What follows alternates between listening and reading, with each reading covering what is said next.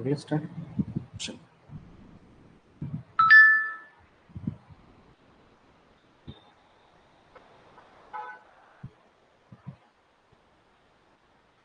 चलिए, good evening सबको, और आप सबका स्वागत है बीपीएससी ट्रीट 4.0 के लेक्चर नंबर 1। ठीक है, और हम अकाउंटेंसी का लेक्चर आज से शुरू कर रहे हैं।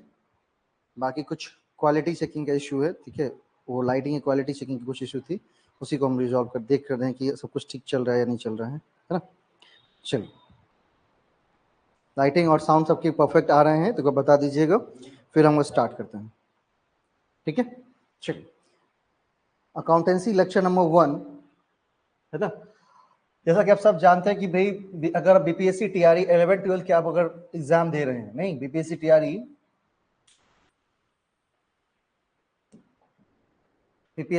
का आप लोग एग्जाम दे रहे हैं 11 12 के लिए,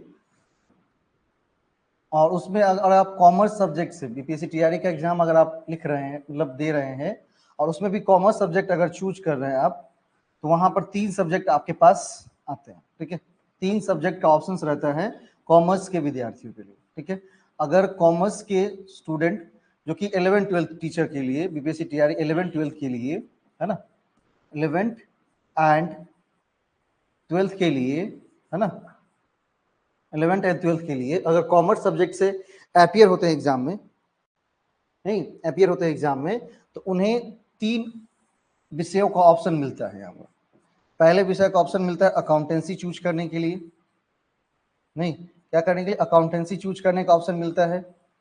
दूसरा उनको मिलता है बीएसटी, और तीसरा ऑप्शन उनको मिलता है ईपीएस। ठीक है, इन 3 विषय का ऑप्शन वहां पर उन्हें प्राप्त होता है। बीएसटी, ईपीएस और अकाउंटेंसी, 3 विषयों का ऑप्शन उन्हें मिलता है। और इन तीनों जो अगर मान लीजिए जिसमें से आपको एक विषय को चुनना होता है, ठीक है, अगर आप अकाउंटेंसी चूज करना चाहते हैं अकाउंटेंसी, आप बीएसटी चूज करना चाहते हैं बीएसटी, और ईपीएस चूज करना चाहते हैं तो ईपीएस। और इस सब्जेक्ट से आपके 80 मार्क्स, 80 क्वेश्चंस रहते हैं, और जिसका कि मार्किंग अगर हम बात करेंगे तो 80 क्वेश्चंस का जो मार्किंग रहता है वो कितना रहता है, 80 रहता है। ठीक है, 80 क्वेश्चंस का मार्किंग बिल्कुल 80 रहता है। तो आपके सब्जेक्ट से 80 क्वेश्चंस वहां से निकल के आते हैं, एंड 40 क्वेश्चन जो रहता है वो आता है जीएस का। तो 11 12 के लिए जो भी सब्जेक्ट के स्टूडेंट एग्जाम दे रहे होंगे, चाहे वो हिस्ट्री के होंगे, नहीं पॉलिटिकल साइंस के होंगे, तो 11 12 के लिए है ना, ये जो जीएस पेपर है जो कि 40 मार्क्स का है आपका, 40 मार्क्स का, जिसके अंदर 40 क्वेश्चंस रहते हैं, ये आपका सेम रहता है ना। जैसे हमारा नेट एग्जाम में क्या रहता है, जैसे हमारे नेट एग्जाम में पेपर 1 चाहे वो किसके लिए हो, चाहे वो आर्ट्स वाला सब्जेक्ट के लिए, चाहे कॉमर्स वाला के लिए हो, है ना, नहीं जैसे कोई हिस्ट्री का एग्जाम दे रहा हो, चाहे कॉमर्स से नेट एग्जाम दे रहा हो, तो उन लोगों के जो पेपर 1 रहते हैं जो कि 50 क्वेश्चंस का रहता है, वो दोनों क्या रहते हैं, सेम रहते हैं। सेम उसी तरह से यहाँ भी क्या रहता है कि जो जीएस पेपर है 40 मार्क्स का, वो दोनों का सेम रहता है। एंड कॉमर्स में जो सब्जेक्ट के आपको ऑप्शंस मिलते हैं, जहां पर आपको अकाउंटेंसी, बीएसटी और ईपीएस का ऑप्शंस मिलता है। ठीक है, तो हम लोगों ने क्लासेस शुरू की थी, तो हमने कहा था कि हम तीनों विषय को सेपरेट लेकर चलेंगे, जो जिस सब्जेक्ट के होंगे उस हिसाब से क्या करेंगे, उनकी तैयारी होगी, नहीं, और उसमें नंबर ऑफ स्टूडेंट देखे जाएंगे, किस विषय के नंबर ऑफ स्टूडेंट ज्यादा हैं, उस विषय को क्या किया जाएगा, सबसे पहले प्रायोरिटाइज करके खत्म किया जाएगा, फिर उसका दूसरे सब्जेक्ट को लेंगे या दूसरे सब्जेक्ट की टाइमिंग को निर्धारित की जाएगी। तो बीएसटी के भी कुछ स्टूडेंट हैं और कुछ अकाउंटेंसी के, लेकिन अकाउंटेंसी की पोर्शन ज्यादा है, इसीलिए अकाउंटेंसी क्लास की शुरुआत हम कर रहे हैं। अब वहां पर तैयारी कैसे करनी है, इसके लिए ध्यान से सुनिए, तैयारी कैसे करनी है। अब यहाँ पर क्या है कि एनसीईआरटी के लिए आप देखेंगे कोर्सेज में मैंने एनसीईआरटी पूरी किताब, ठीक है, एनसीईआरटी की किताब आप जरूर खरीदिए, निश्चित रूप से खरीदिए। वो पीडीएफ फॉर्मेट में तो है ही, एनसीईआरटी किताब आप जरूर खरीदिए, वो पीडीएफ फॉर्मेट में है ही। साथ ही साथ आपके पास हार्ड कॉपी में होनी चाहिए, जो एनसीईआरटी की किताब होनी चाहिए वो हार्ड कॉपी में भी आपके पास होनी चाहिए। ठीक है, हार्ड कॉपी में आपके पास होनी चाहिए, है ना, हार्ड कॉपी में शो होना चाहिए, हार्ड कॉपी में आपके पास रखिए। और एनसीईआरटी का जो चैप्टर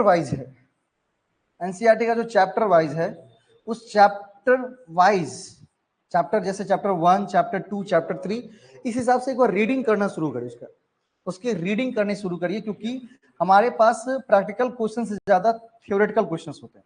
प्रैक्टिकल क्वेश्चंस भी रहते हैं लेकिन थ्योरेटिकल क्वेश्चंस ज्यादा रहते हैं, तो आपको पहले थ्योरी थोड़ी रीड करनी पड़ेगी। तो रीडिंग की रीडिंग करना शुरू करिए चैप्टर वाइज। अब मेरा जो अपना कोर्स है वो उसमें मैं ये करने जा रहा हूं कि जो उसके अंदर टॉपिक्स हैं, जो इंपॉर्टेंट टॉपिक्स है, जहां से क्वेश्चंस बार बार निकल के आते हैं या पूछे जाने की संभावना रहती है उस क्वेश्चन की, उस टॉपिक को हम क्या करेंगे, आपके सामने कवर कर देंगे। उस टॉपिक को हम क्या करेंगे, कवर करेंगे आपके साथ, ठीक है। और आप जब एनसीईआरटी रीड करते हो, पढ़ते हो, वहां पर जो कुछ प्रॉब्लम्स आ रही है वो प्रॉब्लम्स हमको भेजो। अब वो एक एक लाइन बाय लाइन पढ़ाना, भाई ये चीज सही नहीं है। आप टीचर की तैयारी कर रहे हैं, लाइन बाय लाइन पढ़ाना सही नहीं है। जो टॉपिक्स हैं उस टॉपिक्स पर डिस्कस मैं करूंगा क्लास में आपके साथ। बाकी एनसीईआरटी की किताब खरीद करके उसको थॉरो रीड करने का जो अभ्यास है वो आप खुद डालोगे, ठीक है। थॉरो रीड करने का अभ्यास डालिए, थॉरो रीड करिए उसको कि भाई किस थ्योरी में क्या चीजें लिखी हुई हैं। और जब रीड करते हैं तो उसकी एक नोट्स जरूर बनाइए। जब रीड करते हैं तो उसकी एक नोट्स जरूर बनाइए। तो एक आपका रहेगा क्लास नोट्स, जो कि हमारे साथ आप क्लास में क्या करेंगे, आप तैयार करेंगे।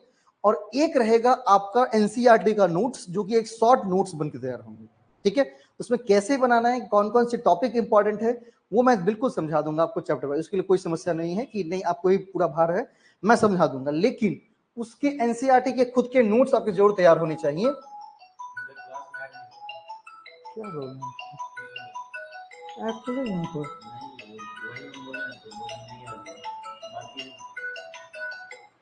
बुरी बात मत करो, ठीक है। उसके जो नोट्स वाले हैं, ठीक है, नोट्स उसके उसके उसके खुद के नोट्स तैयार करिए। और एक जो कि हम टॉपिक कवर करेंगे क्लासरूम में, उसके नोट्स भी अलग से तैयार करिए। और फिर रही जीएस की क्लास, तो जीएस की क्लासेस होंगी सप्ताह में एक दो दिन में प्रयास करता हूँ कि जीएस का भी क्लासेस लूँ, ताकि शुरू से ही उसको खत्म करते हुए चले। बेसिकली हमको जो ध्यान देना है अपने टॉपिक पर देना है, क्योंकि वहां से 80 क्वेश्चन निकल के आ रहे हैं। 80 क्वेश्चन पर हमें फोकस करना है, ना कि 40 क्वेश्चन पर। तो 80 क्वेश्चन पे हम ध्यान क्या करते हैं, ना कि 40 क्वेश्चन पे क्या करते हैं, ठीक है। तो उसी चीज को आगे बढ़ाते हुए, ठीक है, उसी चीज को आगे बढ़ाते हुए आज हम क्लास करने जा रहे हैं वाउचर की, ठीक है। अकाउंटेंसी के अंदर एक बहुत ही इंपॉर्टेंट टॉपिक निकल के आता है, जिसका नाम है क्या आपका, इसका नाम है, एक मिनट, अकाउंटेंसी के अंदर नहीं, अकाउंटेंसी के अंदर एक टॉपिक है आपका, अकाउंटेंसी के अंदर एक टॉपिक है आपका वाउचर। वाउचर नाम का एक टॉपिक है, ठीक है। वाउचर नाम का एक टॉपिक है। वाउचर को हिंदी में बोलते हैं प्रमाणक। प्रमाणक क्या कहते हैं इसको, प्रमाणक क्या होता है, ठीक है। ये आपको 11th का पोर्शन, ये 11th अकाउंटेंसी लेखा शास्त्र की जो किताब है 11th में आपको ये चीज मिल जाएगी। 11th में मिल जाएंगी, एनसीईआरटी में भी है, एसके सिंह की किसी किताब होंगी तो वहां भी मिल जाएंगी। ये 11th का पोर्शन है वाउचर। और वाउचर्स में जो अलग अलग टाइप्स हैं वाउचर के, वहां से क्वेश्चंस बार बार क्या किए पूछे जाते हैं। वाउचर के जो अलग अलग टाइप्स है वहां से क्वेश्चंस वो हमेशा निकलता है। इसको प्रमाणक कहते हैं, या इसी को प्रलेख भी कह सकते हैं। प्रमाणक कह लीजिए या प्रलेख कह लीजिए, प्रलेख कह लीजिए, ठीक है। प्रलेख कह लीजिए कि प्रमाणक या प्रलेख को वाउचर, वाउचर कह लीजिए इंग्लिश में नाम होगा वाउचर। हिंदी में दो नाम होंगे, प्रमाणक या प्रलेख होंगे। क्या होंगे, प्रमाणक या प्रलेख होंगे, है ना। अब इसमें जानना क्या है वो समझिए, कुछ क्वेश्चन क्या हम पूछते हैं। अब वो क्वेश्चंस क्या करता है कि उसके अलग अलग टाइप्स है, कि उसके अकाउंटिंग वाउचर कौन से होते हैं, है ना, उसके सोर्स वाउचर कौन से होते हैं, वाउचर किसे कहते हैं, वाउचर का क्या उपयोग होता है, मतलब इन सभी टॉपिक से वो क्वेश्चन घुमा घुमा कर हर एक बार पूछा है। तो आज पूरे टॉपिक को हम क्या करेंगे, क्लियर करेंगे। और उसके बाद जो टीआरई 1, टीआरई 2 और टीआरई 3 में जो क्वेश्चंस वाउचर से निकल के आए हैं, उस क्वेश्चंस को जाकर आपको सॉल्व करना है। जब टॉपिक पढ़ लिए, कंटेंट पढ़ लिए, तो उसके क्वेश्चंस जो कि मैंने कहा था कि तीनों के तीनों, जैसे आप अगर अकाउंटेंसी से आप देना चाहते हो तो तीनों क्वेश्चंस बीपीएससी के साइट पर रखा हुआ है, आप उसको जाकर के निकालिए, ठीक है। बीपीएससी टीआरई 1.0 का भी, 2.0 का भी और 3.0 का भी, उसको भी निकालिए। बाकी मैं एक बार इस पर पूरा का पूरा उसका क्या करूंगा, एनालिसिस करूंगा भी, मैंने किया भी है और एक बार फिर मैं करूंगा। इस बार तो अकाउंटेंसी वाला बाद में मेरे पास पेपर आया था, इसलिए मैं नहीं कर पाया। इसके मैं क्या करूंगा, एनालिसिस करूंगा भी आपके साथ, है ना। तो वहां पर जाकर के क्या करना है कि उसके जो क्वेश्चन है उसको क्वेश्चन को सॉल्व करना है, ताकि उससे क्या होगा, एक कॉन्फिडेंस आपके अंदर बिल्ड होगा, है ना।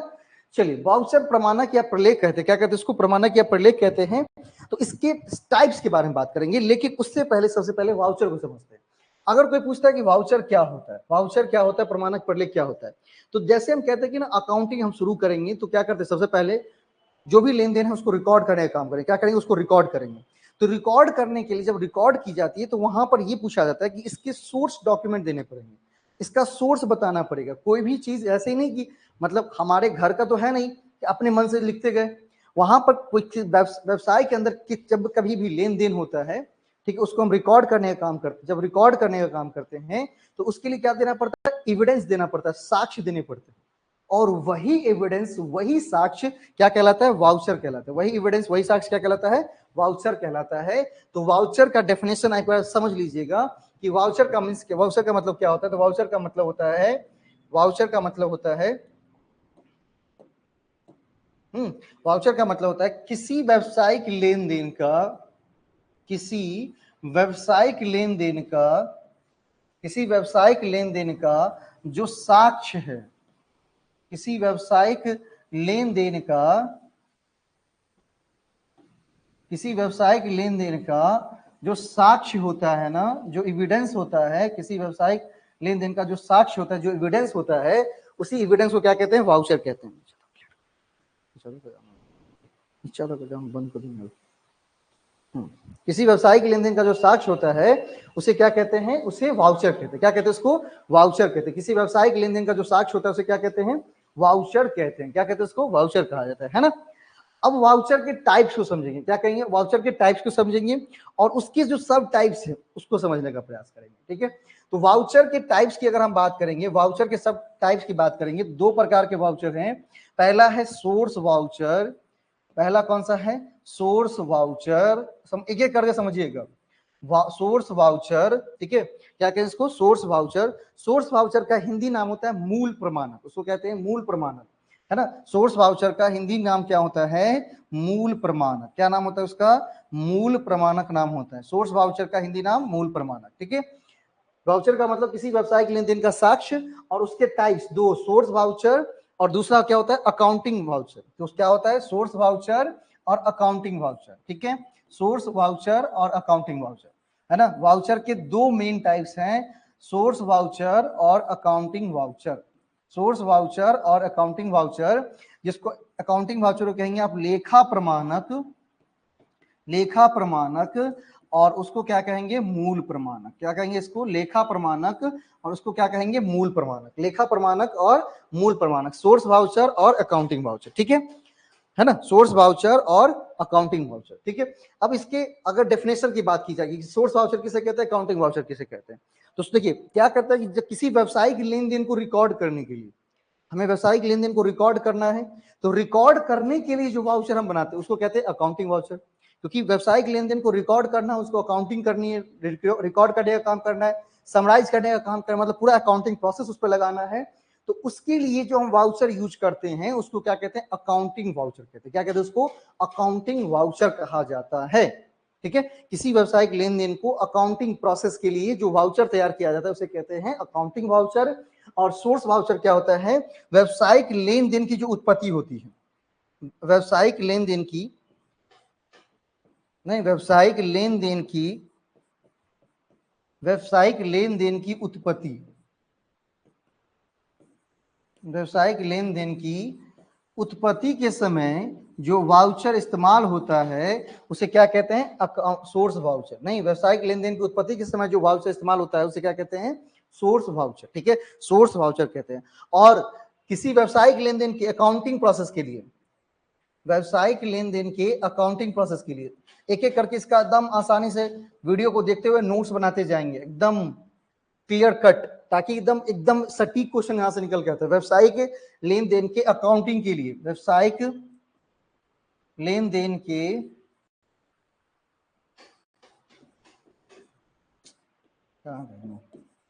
देन के लेखांकन के लिए, किसके लिए?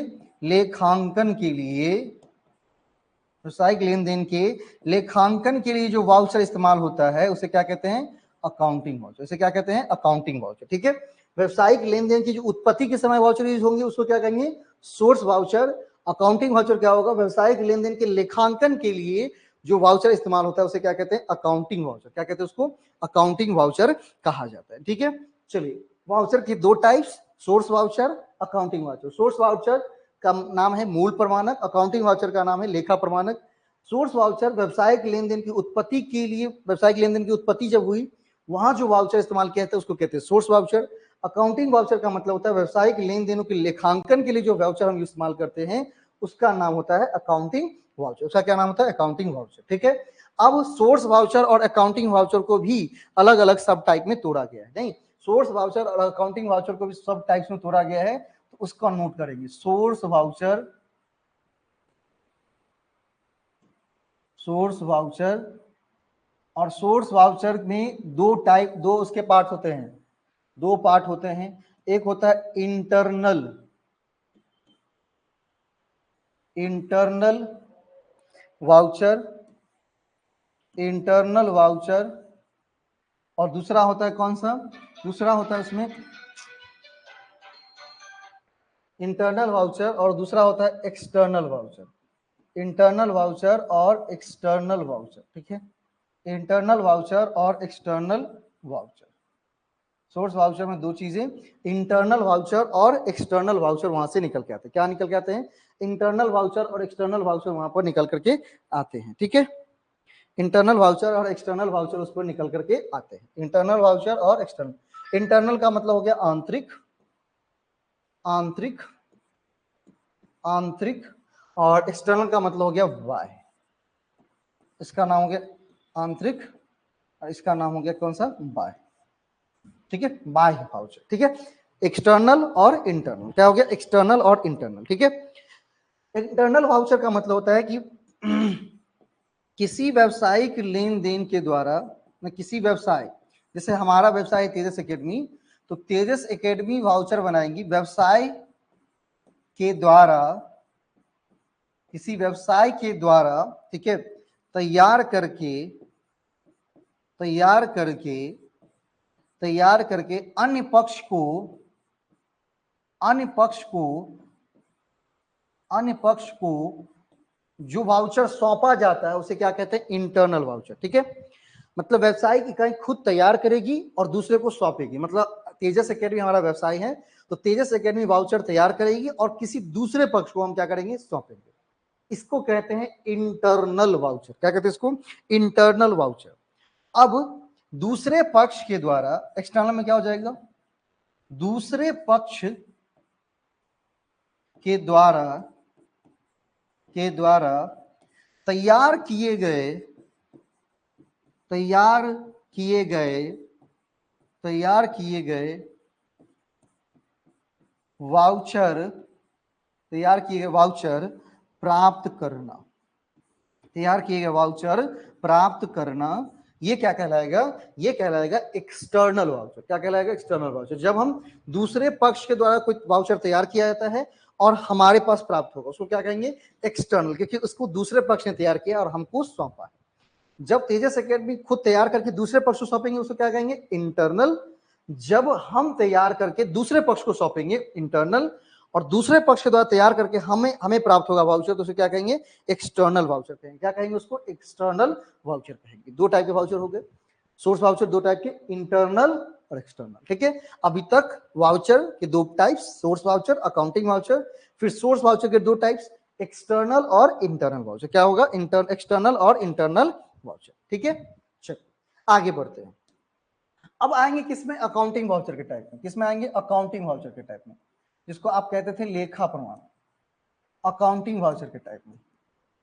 ठीक है, यहां से क्वेश्चन ज्यादा निकल के आता है क्योंकि इसमें बहुत सारे टाइप हैं और इसको बहुत बारीकी से समझिएगा। ठीक है, अकाउंटिंग वाउचर जिसको आप कहते थे लेखा प्रमाण, अब ये दो टाइप का होगा।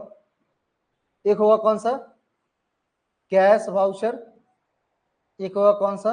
कैश वाउचर, जिसको आप हिंदी में कहेंगे रोकर प्रमाणक, रोकर प्रमाणक, रोकर प्रमाणक, है ना, नाम है रोकर प्रमाणक। लेकिन अगर बैंक के द्वारा भी कोई चेक के द्वारा भी रिसीव होता है तो उसको भी कैश लाएंगे।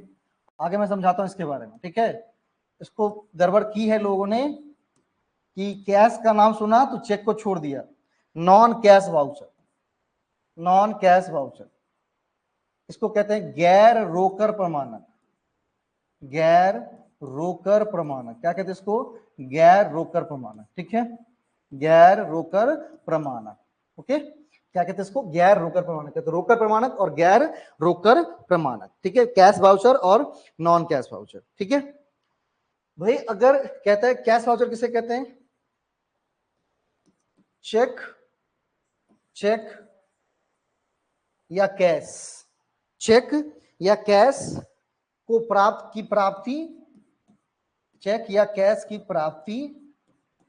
प्राप्ति व भुगतान, कैश की भुगतान, याद रखिएगा कैश और चेक दोनों आएंगे इसमें, क्या आएंगे, कैश और चेक दोनों आएंगे। चेक और कैश की प्राप्ति और भुगतान के लिए जो वाउचर यूज किया जाएगा उसे क्या कहेंगे, कैश वाउचर, क्या कहेंगे उसको, कैश वाउचर। अच्छा कोई गैर रोकर, नॉन कैश, कोई क्या करना है, नॉन कैश कोई ट्रांजेक्शन हो रहा है, नॉन कैश कोई लेन देन हो रहा है, उसको रिकॉर्ड करने के लिए क्या हो जाएगा, नॉन कैश वाउचर, ठीक है। नॉन कैश लेन देन मतलब उस लेन देन में कैश की चर्चा नहीं होगी, कैश की चर्चा मतलब होगी, मतलब ना ही चेक वाला कोई बात रहेगा और ना ही रोकर वाला बात रहेगा। नॉन कैश लेन देन के लिए जो वाउचर इस्तेमाल होता है ना उसे क्या कहते हैं, नॉन कैश वाउचर, क्या कहते हैं उसको, नॉन कैश वाउचर कहते हैं, ठीक है। तो नॉन कैश वाउचर में क्या हो गए, गैर रोकर लेन देन के लिए जो इस्तेमाल होगा उसे क्या कहेंगे, नॉन कैश वाउचर, और चेक और कैश की प्राप्ति व भुगतान के लिए जो इस्तेमाल होंगे उसे क्या कहेंगे, कैश वाउचर कहेंगे, ठीक है। अब इसके अलग अलग टाइप सुनिए, इसके भी अलग अलग सब टाइप होते हैं, इसके भी अलग अलग सब टाइप्स होते हैं। अब आप कहेंगे कि नॉन कैश लेन देन कौन सा होगा, तो जैसे आप मान लीजिए कि माल वापस कर रहे हो, वहां जो वाउचर इस्तेमाल होगा क्या होगा, उसमें कोई लेन देन कैश की बात होगी क्या, नहीं। हम माल जो खरीदे वो वापस कर रहे हैं तो उसमें कभी भी कैश और चेक की चर्चा नहीं होगी, तो वो नॉन कैश लेन देन है और उसकी जो अकाउंटिंग की जाएगी वहां हो जाएगी, है ना। उसके लिए जो वाउचर इस्तेमाल होगा नॉन कैश वाउचर इस्तेमाल होगा। तो नॉन कैश का एग्जांपल पूछेगा तो जैसे आपको हरास अप्लीकेशन करना है, राइट ऑफ करना है, डेप्रिशिएशन राइट ऑफ करना है, तो वो भी क्या होता है, नॉन कैश लेन देन होता है। खरीदा हुआ माल वापस करना है, नॉन कैश लेन देन। जो माल बेचा था उसे वापस लेना है, वो भी नॉन कैश लेन देन, ठीक है। तो नॉन कैश लेन देन के लिए जो क्या होंगे, जो वाउचर इस्तेमाल होंगे वो क्या हो जाएंगे हमारी, मतलब उसके लिए नॉन कैश वाउचर इस्तेमाल होंगी, और कैश और चेक की प्राप्ति व भुगतान के लिए जो होंगी वो क्या होंगी, वो होंगी कैश वाउचर, ठीक है। अब इसके भी अलग अलग टाइप होते हैं जिसमें आप पढ़िएगा। इनवॉइस, पहला टाइप इसका होता है इनवॉइस, है ना, आज सारा कुछ क्लियर हो जाएगा इसमें। इनवॉइस जिसको आप हिंदी में कहते हैं बीजक या बिल, जब सामान खरीदते हैं तो बोलते हैं ना बिल दीजिए, इनवॉइस, बीजक या बिल, ठीक है।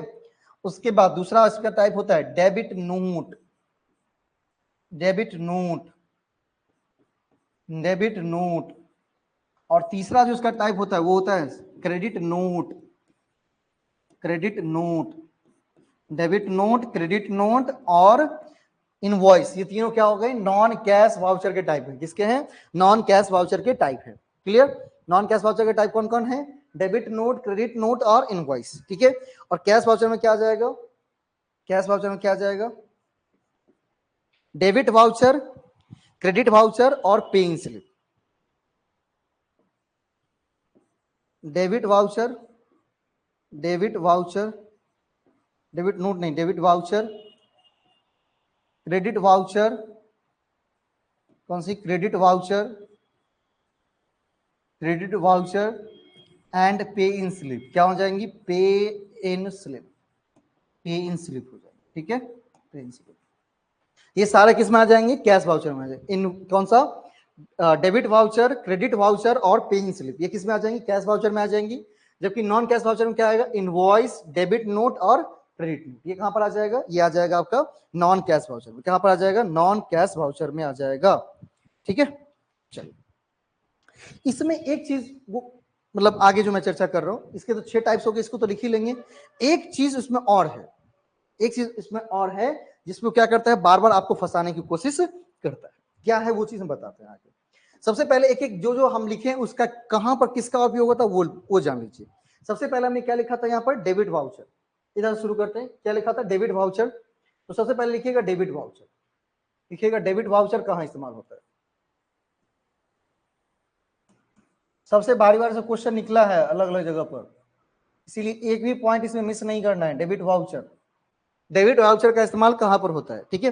तो डेबिट वाउचर का इस्तेमाल होता है जब कैश पेमेंट करना है, कैश पेमेंट करना है तो हम कौन सा इस्तेमाल करेंगे, डेबिट वाउचर इस्तेमाल करेंगे। कैश पेमेंट का साक्ष्य, कैश पेमेंट का साक्ष्य क्या कहलाएगा, डेबिट वाउचर कहलाएगा। दूसरा हमारे पास क्या था, क्रेडिट वाउचर। दूसरा क्या था, क्रेडिट वाउचर। डेबिट वाउचर और क्रेडिट वाउचर, वो था कैश पेमेंट के लिए, ये होगा कैश रिसीव्ड, कैश रिसीव्ड का साक्ष्य, कैश रिसीव्ड का साक्ष्य। कैश रिसीव का साक्ष्य क्या हो जाएगा, क्रेडिट वाउचर। नहीं, कैश पेमेंट का साक्ष्य debit voucher, credit voucher cash received का साक्ष्य। ठीक है, अब क्या बचा था इधर, पे इन स्लिप। क्या बची थी, पे इन स्लिप। जब बैंक में हम क्या करते हैं, बैंक में पैसा जमा करते हैं, वो एक पर्ची जो फाड़ के देता है उसको कहते हैं पे इन स्लिप। वो जो पर्ची फाड़ के देता है उसको क्या करते हैं, पे इन स्लिप कहते हैं। तो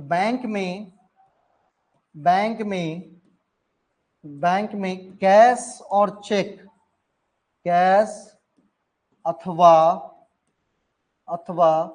चेक जमा करने के लिए जिस चीज को इस्तेमाल करते हैं उसको कहते हैं पे इन स्लिप। क्या कहते हैं उसको, पे इन स्लिप। जब हम क्या करते हैं ना, पर्ची लेते हैं ना और वहां पर लिखते हैं कि हाँ कितना पैसा जमा करें, इसमें कौन सा नोट इस्तेमाल हो रहा है, 500 का नोट दे रहे हैं, 2000 का नोट दे रहे हैं, तो उसे कहते हैं पे इन स्लिप कहा जाता है। क्या कहा जाता है उसको, पे इन स्लिप कहा जाता है। क्या कहा जाता है उसको, पे इन स्लिप। इसके बाद था कौन सा, ये सारे किसके हो गए, तीनों के तीनों, ये तीनों के तीनों हो गए कौन से, कैश वाउचर के। किसके, कैश वाउचर के टाइप। अब नॉन कैश वाउचर का लिखिए। जैसे पहला लीजिएगा इनवॉइस, इसको आप हिंदी में कह रहे थे बीजक या बिल। इनवॉइस या बिल कह लीजिए, बीजक या बिल। माल उधार बेचने पर, अब यहीं पर एक पंगा फंसता है। माल उधार बेचने पर, अब क्या पंगा है वो समझिए। माल उधार बेचने पर जो आप क्या करते हैं, एक पेपर पर्ची काट के देते हैं, नाम क्या खरीदा है, वो इनवॉइस या बिल कहलाता है। क्या करते हैं, इनवॉइस या बिल कहलाता है। माल उधार खरीदना है, माल उधार बेचना है तो इनवॉइस का इस्तेमाल होगा। क्या होगा, इनवॉइस का इस्तेमाल होगा। ठीक है, अब प्रॉब्लम, अब यहां पर समस्या एक खड़ा करता है कि ठीक है, अगर माल उधार बेचना है या खरीदना है, क्योंकि अगर उधार बेचा जा रहा है तो कोई खरीदेगा भी, अगर उधार बेचा जा रहा है तो कोई खरीदेगा भी ना सर। माल उधार बेचने व खरीदने पर जो इस्तेमाल होता है उसे क्या कहेंगे, इनवॉइस कहेंगे। क्या कहेंगे उसको, इनवॉइस कहेंगे। अब अगर मान लीजिए कि हमें नगद खरीदना है तो फिर क्या मिलता है। अगर आप नगद पेमेंट करते हैं, मतलब कैश मेमो, नगद मतलब चेक के माध्यम से, कैश के माध्यम से, कार्ड के माध्यम से जब आप माल खरीदते हो, मतलब नगद माल खरीदते हो, तो उसे क्या कहेंगे, कैश मेमो इस्तेमाल होता है। क्या होता है, कैश मेमो, है ना, कैश मेमो। कैश, अब ये कैश में क्या आ जाएगा, यहां पर कैश तो आ ही जाएगा, कैश आ जाएगा, चेक आ जाएगा, कार्ड, ऑनलाइन पेमेंट, जो भी आप कार्ड, यूपीआई के थ्रू खरीदने व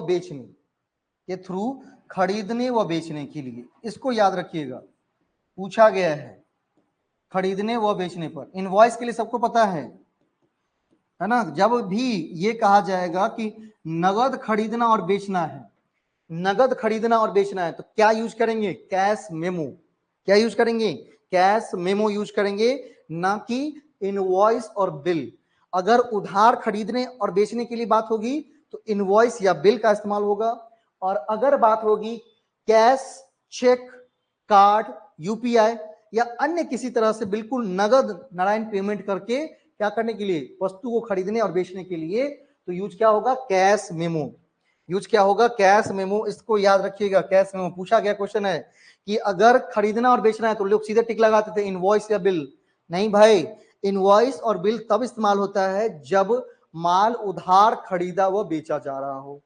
नहीं, कैश मेमो तब इस्तेमाल होता है जब हम कैश में खरीद और बेच रहे हो तो कहां पर क्या यूज होता है, कैश मेमो यूज होता है। क्या यूज होता है, कैश मेमो यूज होता है। क्लियर बात, चलिए बहुत आगे बढ़िया, बहुत बढ़िया, आगे बढ़ते हैं।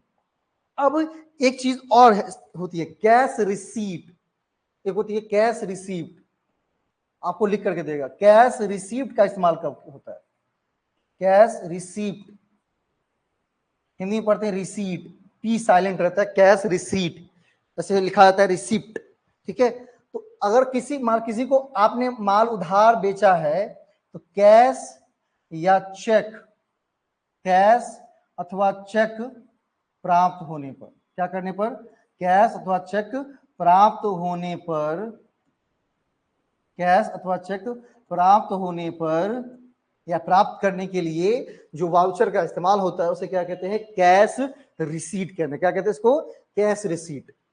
अब क्या बच गया है वहां पर, अब दो चीजें बच गई थी, डेबिट नोट, डेबिट नोट और क्रेडिट नोट। तो डेबिट, देखिए डेबिट नोट, ठीक है, जब भी डेबिट माल वापस करने पर, माल वापस करने पर,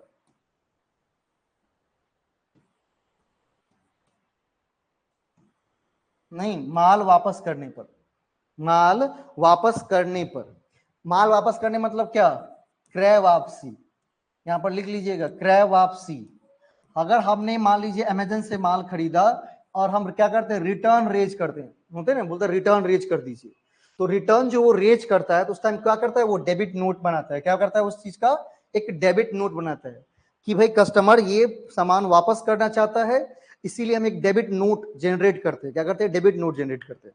और ये डेबिट नोट जो जनरेट किया जाता है वो सेलर की तरफ से, किसके तरफ से, सेलर की तरफ से, नहीं सॉरी सेलर की तरफ से नहीं, बायर की तरफ से, सॉरी बायर की तरफ से, क्योंकि माल हम नहीं खरीदा है तो हम अपनी तरफ से रेज करवाते हैं, या हम खुद से भी रिटर्न रेज करते हैं या उसको फोन करके करते हैं। तो बायर अपनी तरफ से माल वापस करने के लिए जो एक क्या करता है, वाउचर जनरेट करता है, उसको कहते हैं डेबिट नोट, है ना। और उसी के जब हम माल वापस करते हैं तो एक क्या करने के लिए, पिकअप करने के लिए आता है, और पिकअप करने के बाद वो सेलर के पास पहुंचता है और सेलर क्या करता है, क्रेडिट नोट जारी करता है। क्या करते हैं, क्रेडिट नोट जारी करता है। माल वापसी को प्राप्त करके पैसा लौटाना, प्राप्त करके पैसा लौटाने के लिए जो वाउचर इस्तेमाल होता है उसे क्या कहते हैं, उसे कहते हैं क्रेडिट नोट। क्या कहते हैं उसको, क्रेडिट नोट। मतलब ये क्या होगा, विक्रय वापसी होगा। ये सेलर की तरफ से जारी किया जाता है, किसके तरफ से, सेलर की तरफ से जारी किया जाता है। आपको कोई पूछेगा डेबिट नोट और क्रेडिट नोट में क्या अंतर है, तो डेबिट नोट इस्तेमाल होता है क्रय वापसी के लिए, जबकि क्रेडिट नोट इस्तेमाल होता है विक्रय वापसी के लिए, ठीक है। ये डेबिट नोट हमेशा किसके द्वारा जनरेट किया जाता है, ये क्रिएट किया जाता है बायर के द्वारा, जबकि क्रेडिट नोट सेलर के द्वारा क्या किया था, जारी किया जाता है। हम यहां से क्या करते हैं, डेबिट नोट के साथ सामान उसको भेजते हैं और वो सामान वो एक्सेप्ट करके और उसके लिए जो हमने पेमेंट किया है उन्हें वो वापस हमें हमारे अकाउंट में या जिस सोर्स के थ्रू अपने किया है उस सोर्स पर आपको लौटा दिया जाता है। उसके लिए वो क्रेडिट नोट इस्तेमाल करता है। तो ये है पूरा का पूरा वाउचर का एकदम A to Z पार्ट, जहां से आपके क्वेश्चंस निश्चित रूप से एक या दो पूछे जाएंगे और पूछे भी गए हैं। अब आपको क्या करना है वो सुनिए, एक बार पूरी क्लास को देख करके एक अच्छी सी नोट तैयार कर दें कि वाउचर क्या होता है, कितने टाइप्स के होते हैं, उसके सब टाइप्स क्या हैं, कौन सा वाउचर कब इस्तेमाल किया जाता है। जब आप नोट तैयार कर लें, अब आपका काम होता है, पढ़ाई कैसे की जाती है वो मैं समझाता हूँ।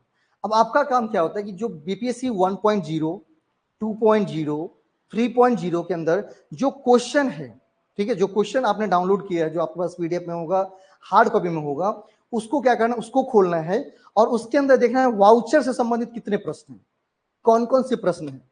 उन प्रश्नों को क्या करना है, अटेम्प्ट करना है। वो प्रश्न आपसे सॉल्व हो पा रहे हैं या नहीं हो पा रहे हैं, या नहीं हो पा रहे हैं तो परेशानी क्या आ रही है, इन चीजों को देख करके फिर क्या करना है, फिर क्या करना, वहां पर अपना जो आपका क्या होता है डाउट वो राइज करना है। आप करते क्या हो, सुनो ध्यान से, आप लोग करते क्या हो, क्लासेस हो गई, आपने लिख लिया, बस हो गया काम खत्म। आप पूरे दिन फ्री होकर के बैठे हुए हैं भाई, एग्जाम का प्रिपरेशन कर रहे हो। जब मास्टर फ्री होकर नहीं बैठता तो आप कहीं बैठ रहे हैं। जब क्लासेस कंटेंट बना लिए, अब हमने कहा कि एनसीईआरटी एक चैप्टर वाइज या एक चैप्टर एक दिन में नहीं पढ़ सकते, तो उसका कुछ एक मतलब स्टैंडर्ड निर्धारित करिए कि हाँ 4 पेज 5 पेज 6 पेज मैं रोज पढ़ूंगी, इसमें से किताब एनसीईआरटी पढ़ूंगी, वहां जो डाउट होंगे वो सर से पूछूंगा, साथ ही साथ क्लास नोट बनाऊंगी, एनसीईआरटी के नोट्स बनाऊंगी एंड क्वेश्चंस करूंगी। भाई अगर इस तरह से तैयारी करते हैं ना तो 80 में कम से कम 70 क्वेश्चन बनेंगे और हर एक बार बनते। प्रॉब्लम क्या होती है, कंफ्यूजन, आधी अधूरी तैयारी, आधा अधूरा अटेम्प्ट, ये सारा कुछ बिगाड़ कर रख देता है। ठीक है, और जीके, जब जीके जीएस की होगी तो जीके जीएस का अपना रिवाइज करना है। ठीक है, चलिए अकाउंटिंग वाउचर्स को एक बार क्या करिए, थॉरो रीड करिए, उसके नोट्स बनाइए, और जो कुछ समस्या आती है अटेम्प्ट करने में क्वेश्चंस, उसको हमें कहिए, आगे हम उस पर काम करेंगे। ठीक है, बाकी क्लास की टाइमिंग में थोड़ी सी बात चल रही है, अगर 5 बजे होना होगा तो 5 बजे आपको इन्फॉर्मेशन आपके ग्रुप में पहुंच जाएंगी, क्योंकि कुछ बैचेस को शेड्यूल किया जा रहा है, ऊपर नीचे करके किया जा रहा है नेट के बैच को देख करते हुए, तो वो आपको इन्फॉर्मेशन आपको मिल जाएंगे। दूसरी बात, जो चीजें भेजी गई हैं उसको थॉरो रीड करना है, ये नहीं कि वो इंपॉर्टेंट नहीं है, है ना, वो इंपॉर्टेंट नहीं है। जब आप क्वेश्चन देखोगे ना और जो कंटेंट आपको भेजा गया है, दोनों के दोनों इंपॉर्टेंट है। इसलिए जो भी भेजा जाता है ग्रुप्स के थ्रू, पीडीएफ के थ्रू, मैं स्क्रीनशॉट लेके भेज दिया, सब इंपॉर्टेंट है, सबको रीड करते जाओ, नोट्स बनाते जाओ, एक ही चीज को वहां पर छोड़ना नहीं। ठीक है, चलिए मिलते हैं कल के क्लास में, अकाउंटिंग वाउचर वाला टॉपिक अपना पूरा कंप्लीट करिए। ठीक है, थैंक यू।